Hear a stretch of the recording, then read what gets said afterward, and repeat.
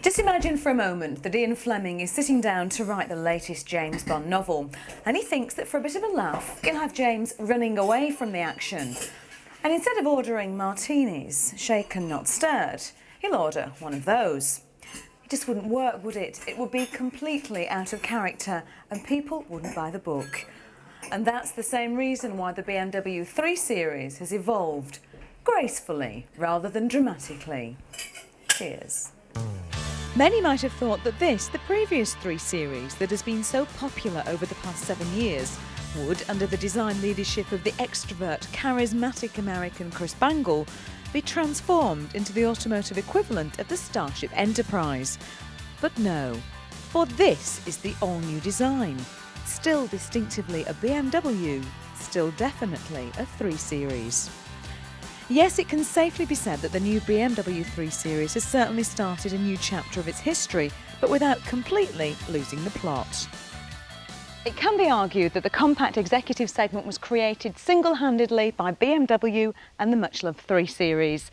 Of course there are rivals, the Audi A4, the Alfa 156, the Mercedes C-Class, but the Beamer really was the pioneer, and its understated, sporty sophistication has won it many admirers.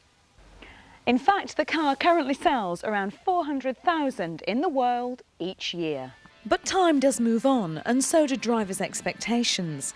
At first glance, the lines may look fairly similar, but underneath there is an all-new platform with plenty, and I mean plenty of improvements. The first thing you'll notice are the rather exquisite headlights. Ooh, that's because we're in Italy.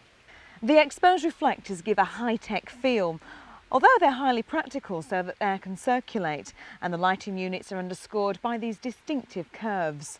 And the kidney shapes are now incorporated into the curve of the bonnet itself. Neat pull-out door handles are another subtle change. And these rear light clusters have been completely redesigned. The whole body looks far sleeker, yet somehow has a more muscular stance. The doors no longer run into the roof, there is more of a taper at both ends, but the whole car is unmistakably a BMW. In terms of the overall design of the car, it is evolutionary, and it's intentionally made to be evolutionary. Actually, we could have designed a completely different motor car, and it wouldn't have cost a penny more, something which didn't look like a BMW. But actively, we felt as a company it's important that it is a recognisable BMW.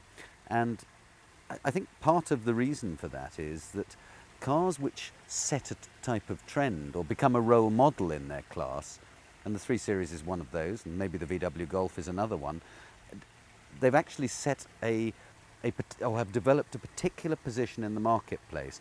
And the customers, who have responded by buying more and more as the generations have gone past, obviously like that. And therefore to change dramatically would probably be the biggest mistake we could make. Now I want you to cast your mind back for a moment to a time when England had a little bit more success in World Cup football. The year is 1966. England have won the Cup, but Germany have countered that victory by unveiling the very first compact executive car. That was to become the 3 Series. That simply goes to prove the longevity of this design and its appeal to many buyers over the years. Once behind the wheel yourself, you realise why the 3 Series has created such a fast-growing prestige niche. You don't have to have a big car to create a very positive statement, although in effect the new 3 Series is much larger than the old one. There's certainly more room inside for the passenger and for the drivers, which was one of the only gripes about the last model. The saloon is the first to be made available. The revised coupe follows in 1999, along with the cabrio, touring and compact. 5 new engines are on offer with the 3 Series. The unloved 1.6-litre 4-cylinder petrol and the 1.7-litre diesel have been dropped to make way for bigger power plants. And we've been promised a 320 diesel, which apparently will have as much torque as a 328 petrol engine. This, the 1.9-litre, has been given twin rotating balancer shafts to help reduce the dreaded NVH factor. That's noise, vibration and harshness to you and me. The ride is now so smooth, you'd swear that there's a 6 under there. And on the road, the cabin noise is greatly reduced. In fact, BMW claim that the new 3 Series is now as quiet as the 5 Series. But hang on just a minute. A larger body, a longer wheelbase and wider track. Larger engines, refinement to match a 5 Series. Isn't the new 3 Series simply a 5 Series in disguise? I don't think the 3 Series is losing its identity. It's clearly a BMW and it's clearly an evolution of the current car. Bears some visual resemblance to the 5 Series and indeed the 7, but that's in the BMW way. There's an easy identifiable BMW style. The car is 1.5 inches longer than its predecessor, but it's still 12 inches shorter than the 5 Series, so it's a very, very different car.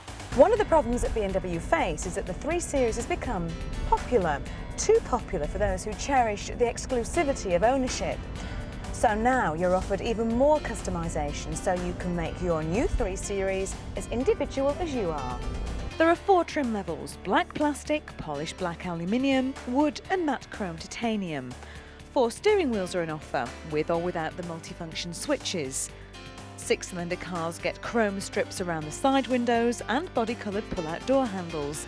And the new 328 has chrome edges to the grille bars. In fact, it would be easier to win the lottery than to have to endure the shame of finding a 3 Series with exactly the same trim in the car park next to you. BMW tell us that safety has been well upgraded. ABS and ASC&T traction systems are more refined, and side airbags are now available for the first time on a 3 Series. In fact, if you decide to order the rear side airbags, your new 3 Series will come complete with 8 airbags, including the new ITS head bag, which bursts out of here to protect your head should you need it. The 3 Series also offers CBC. Now this stands for cornering brake control. It adjusts the brake pressure individually if the car begins to oversteer. You're simply cosseted by technology like this all around you, and with Bavarian build quality and certain low depreciation levels, you can almost hear the noise of thousands of company car drivers ticking this as their first choice for next year's model. 3 Series is priced very competitively. We always compete in terms of value. To do that properly, you have to look very carefully at the specification level and not just the price. And also things like the running costs. The current car, in terms of servicing, costs something like 40% less than the current model and is cheaper to service than any of its competitors in the quality class. So if you look at the whole ownership experience, the car does represent very, very good value. So what about the new dash? More German, Teutonic, all-black depression? No, the colour is broken up by a dashboard that now comes in 3 colours, and it's been totally redesigned. The new 3 Series dash is wide, wider than even the 5 Series, and it seems to flow into the door panels. Don't be deceived by what you think are similar looks. Nothing has been carried over except the sump plug. I mean, literally, it is an all-new motor car. Even the engines have been changed. They're still related to the engines which were in before, but they've been refined to provide better torque, better fuel consumption, better emissions. As you saw, the interior is entirely new. Every single panel of the body is different. And I think if you actually drove up and looked at the old or the outgoing model against the new one, you'd see it quite suddenly. Another point I'd make is that BMW design is always quite subtle, and therefore when you first see something, sometimes it's quite difficult to see what exactly are the differences. But the subtlety is something which over a period of time you begin to appreciate. Well, after driving the new 3 Series, we reckon BMW are onto another winner. They've carefully improved every aspect of this car, bringing it nearer to that automotive nirvana of motoring perfection. My only other worry is that the gap between the 3 and the 5 Series is getting smaller. With so many BMW owners going for a debadged option, it's soon going to be very difficult indeed to decide exactly which BMW has overtaken you on the motorway.